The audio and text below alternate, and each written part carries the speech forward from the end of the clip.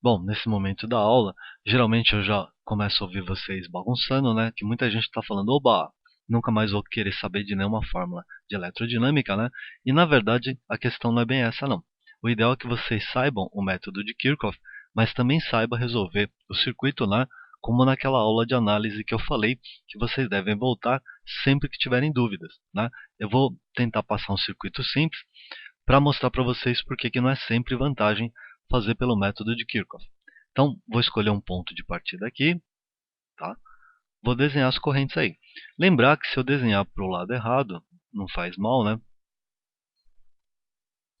Que o resultado final me diz o que aconteceu. Vamos chamar a corrente aqui de I, tá bom? Chega nesse ponto aqui, ela vai se dividir. Oh, fácil, professor. Chama de x e y. Não é muito bom. Por quê? Você vai perceber no final que você vai acabar com um sisteminha de três equações. Se você colocar x e y, você vai ter x, y e i como incógnitas, né? Então, um truque para você minimizar essa desgraça aí é fazer o seguinte. Se eu chamei a corrente aqui de i, lembra que a soma das correntes que chegam é igual à soma das correntes que saem. Então, chegou o i, vai x para cima, acompanha o cursor aqui, e vai, em vez de chamar de y aqui, eu vou chamar essa corrente de i menos x, tá bom? Se você ficar com dúvidas, né, pense em números, que aí você não tem dúvida. Muita gente fala, professor, mas é i menos x ou x menos i? Pensa assim, suponha que aqui fosse 10 amperes e subiu 2, não é o caso.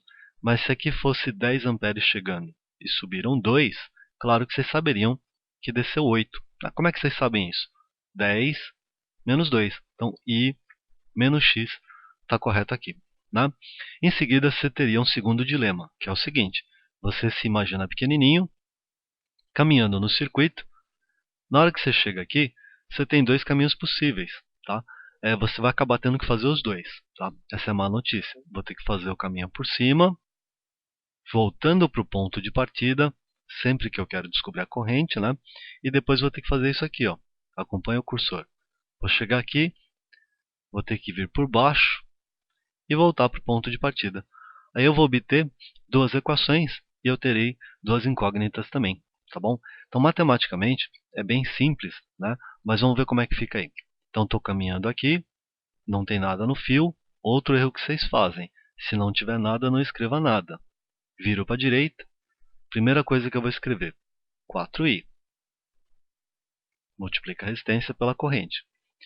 Continuo aqui, vou tomar o caminho para cima. Então, vou escrever agora 6x.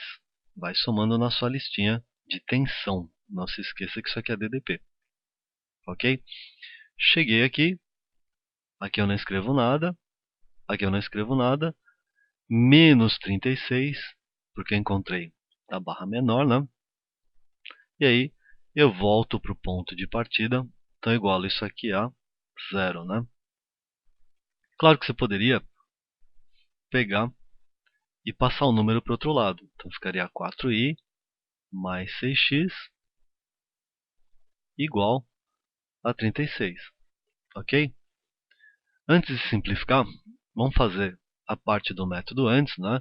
Então, agora eu vou voltar para o ponto de partida e quando eu chegar aqui eu vou tomar o caminho de baixo. O que eu obterei então? Estou caminhando, viro para a direita, 4i, primeiro, né?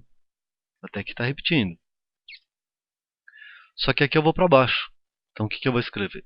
3 vezes i menos x. Já vou colocar a distributiva, né? Então seria 3i menos 3x. Multipliquei o 3 pelo i menos x. Ok? Volto aqui. Aqui eu desço, não tem nada, eu não escrevo nada. Menos 36 de novo. Eu voltei ao ponto de partida novamente, né? Passo aqui, chego aqui. Então, igual a zero. Tá bom? Fazer a mesma coisa do anterior. Só que aqui eu vou somar 4i com 3i, 7i. Sempre que você trabalha essa linha de equação, tenta colocar as letras correspondentes, né? 4i sobre 7i. Menos 3x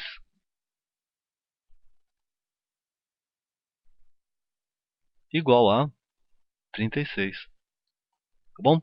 Como eu tinha falado, sisteminha de duas equações e duas incógnitas, né?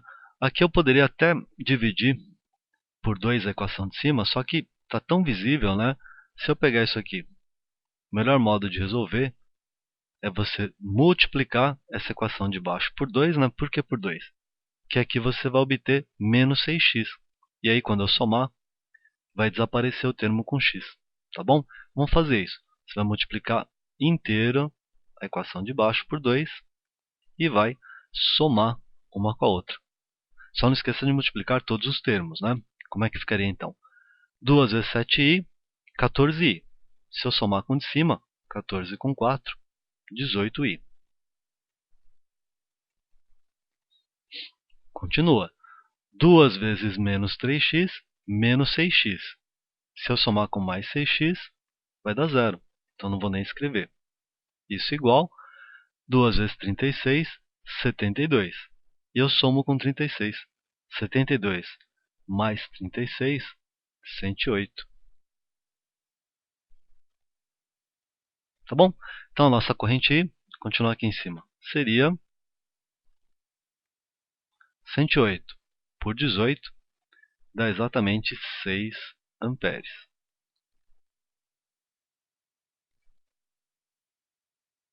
Tá ok? Para descobrir a outra corrente, eu poderia voltar numa das duas equações. Qualquer uma das duas, a resposta do x vai ser igual. Tá? Então, de preferência, você coloca na menor. Aqui as duas dão mais ou menos o mesmo trabalho, né? Vamos fazer de cabeça aqui. Eu vou escolher essa de cima, ficaria 4i mais 6x, só que o 4i é 4 vezes 6, 24. Então, teria 24 mais 6x igual a 36. Vou passar o 24 para lá, ficaria 6x igual a 36 menos 24 é 12. Então, obteria a minha segunda resposta. X valeria 2 amperes. Tá bom? Claro que essa parte final, mais do que nunca você percebe como a inteligência é insubstituível, né?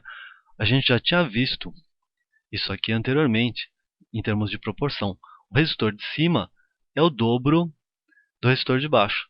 Então a corrente embaixo vai ser o dobro da corrente de cima. Por isso que eu teria 2 amperes aqui em cima e aqui embaixo o dobro, que é 4 amperes, dando um total de 6 amperes aí. Tá bom? Então com isso aí, eu queria que vocês percebessem que é legal que você ainda continue utilizando o Curie, né, a nossa primeira lei de Ohm, apesar de você saber utilizar Kirchhoff ou Kirchhoff agora, tá bom? Em sala de aula sempre coloco aquele comentário. Pode parecer complicado você cair num sisteminha de equação, mas aqui nesse método aqui, você não tem que pensar absolutamente nada em termos de propriedade ou em termos de teoria, tá? Você só vai aplicar e se você não erra na conta, né, você chega numa resposta coerente, tá bom?